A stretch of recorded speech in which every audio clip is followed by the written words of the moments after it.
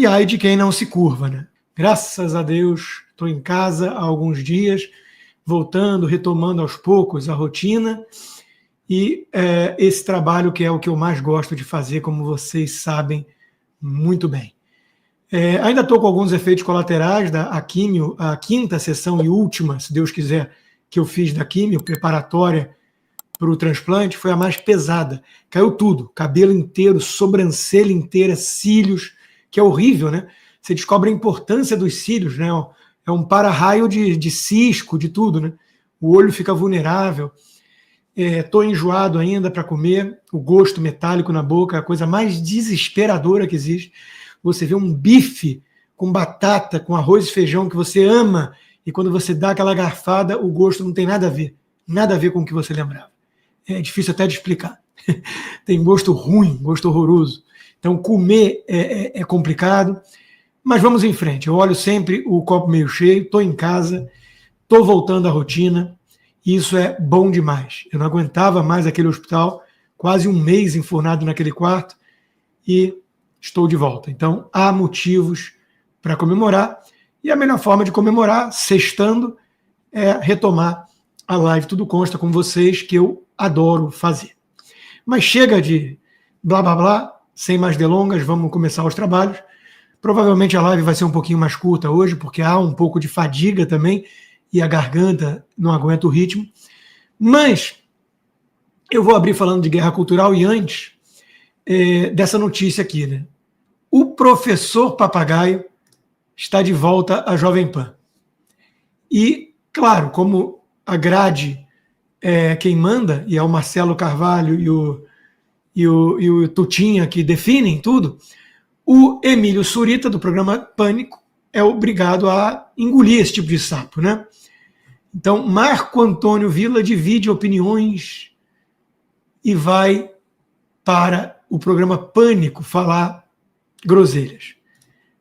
Pobre Emílio Surita, que recebia tanta gente bacana, ter que receber um sujeito que chama bolsonaristas de nazistas. Um sujeito um tanto descontrolado, meio bipolar, me parece, mas com quem eu já tive algumas tretas e já tive até ameaça de violência cá entre nós. Quem lembra desses tempos, né, de Jovem Pan, que eu particularmente não sinto muita saudade, vai lembrar que ele uma hora ali quase partiu para cima de mim, porque eu ficava primeiro argumentando e depois mostrando que ele não tinha argumentos, apenas decoreba de datas. Porque em 1629, no dia 8 de agosto, uma tarde ensolarada... Tá, mas e aí? Só tem um papagaio que consegue decorar. Então ele não gostava muito desse tipo de abordagem minha, porque mostrava que o rei estava nu.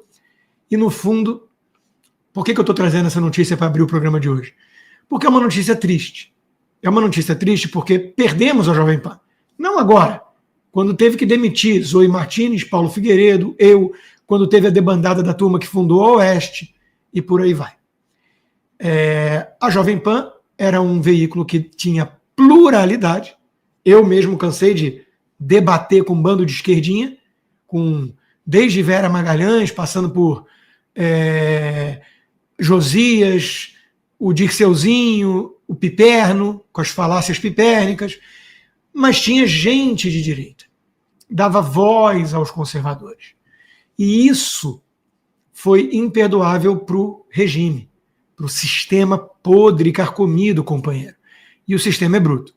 Então, Alexandre de Moraes exigiu as nossas demissões, a gente sabe disso, e a Jovem Pan teve que se curvar e virar uma espécie de Globo News. Então, a gente constata essa coroação, digamos assim, da transformação da Jovem Pan numa nova Globo News. Eu não sei se eu lamento que meu amigo Mota, quem eu indiquei para o Tutinha, continue lá, porque é um dilema. Ele continuar lá, começa a fazer mal para ele, porque ele está em torno de um bando de, maluco ou esquerdista, mas pelo menos é um espaço que tem menos e menos audiência, mas que ele consegue, de forma muito brilhante, apresentar seus argumentos. Mas é lamentável a gente constatar a trajetória da Jovem Pan, porque é a trajetória do Brasil.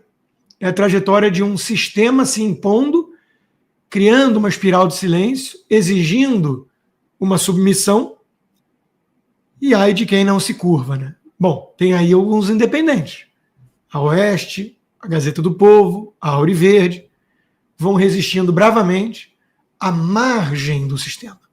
Então não vai vir anúncio de grande anunciante, porque eles têm medo e por aí vai. Então é muito triste quando a gente constata isso, porque é um país mergulhado numa ditadura e sob clara e evidente intimidação a quem ousa não jogar de acordo com essas regras do jogo, não dançar de acordo com essa música torpe.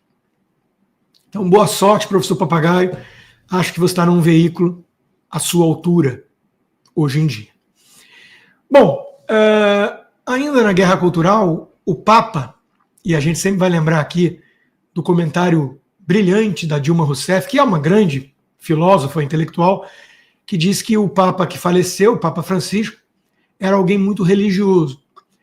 Eu começo assim porque vão acabar descobrindo, na velha imprensa, que o Papa eleito no conclave do Vaticano, o novo Papa, né, Leão XIV, desculpa, que vão descobrir que ele é católico, já já.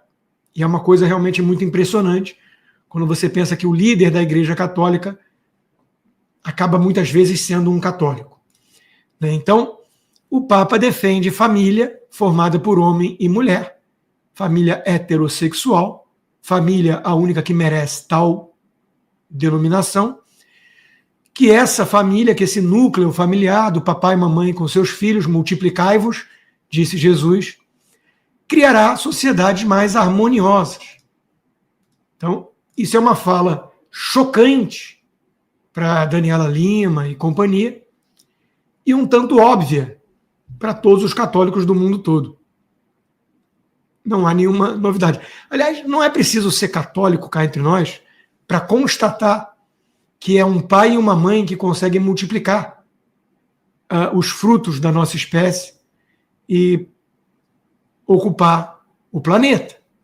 Aliás, os nossos inimigos da civilização judaico-cristã ocidental, eles entendem isso muito bem e procriam que nem coelho. E nós ficamos produzindo bebê reborn, com a taxa de natalidade que sequer repõe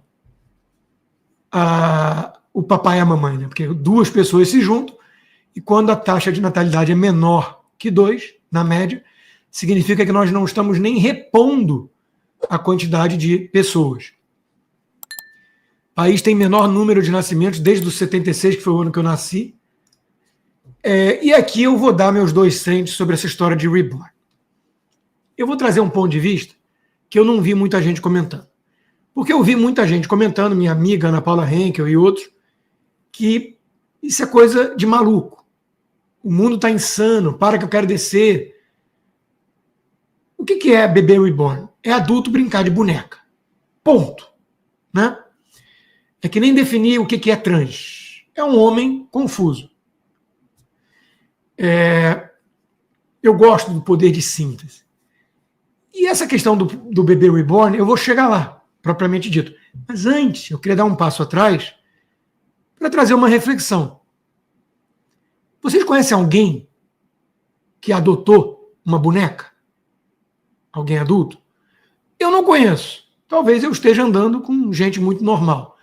Mas por que eu falo isso? Porque nós temos que lembrar 2 coisas aqui. Que a internet jogou holofote em cima do mundo todo. Então, antigamente, aquele que era o malucão, o esquisitão do bairro, hoje ele fala para a internet e isso ecoa. E descobre que tem mais outros 6 malucos que nem ele, virou uma tribo, virou um movimento.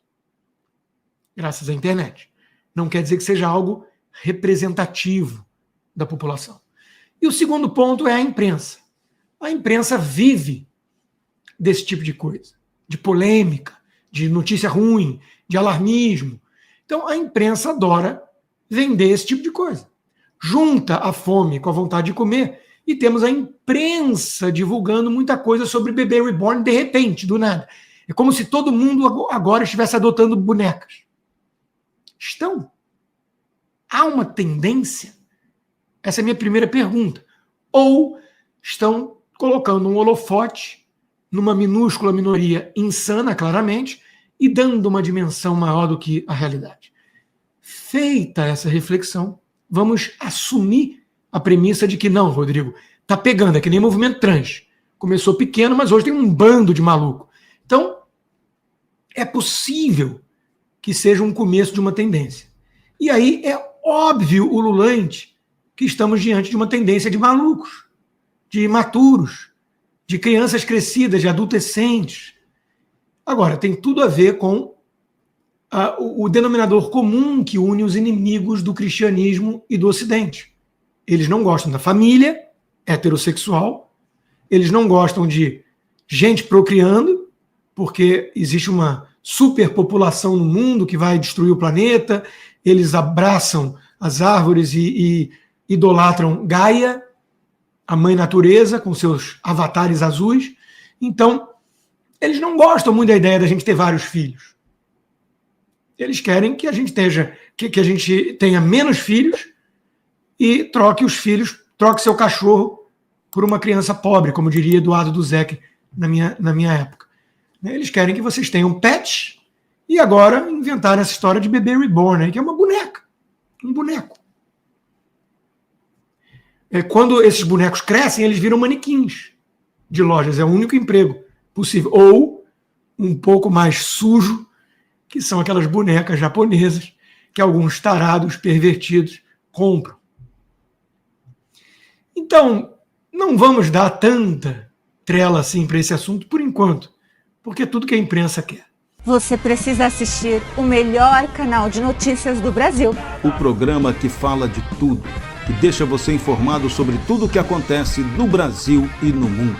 Ao vivo, todos os dias, no YouTube. Clique aqui e se inscreva.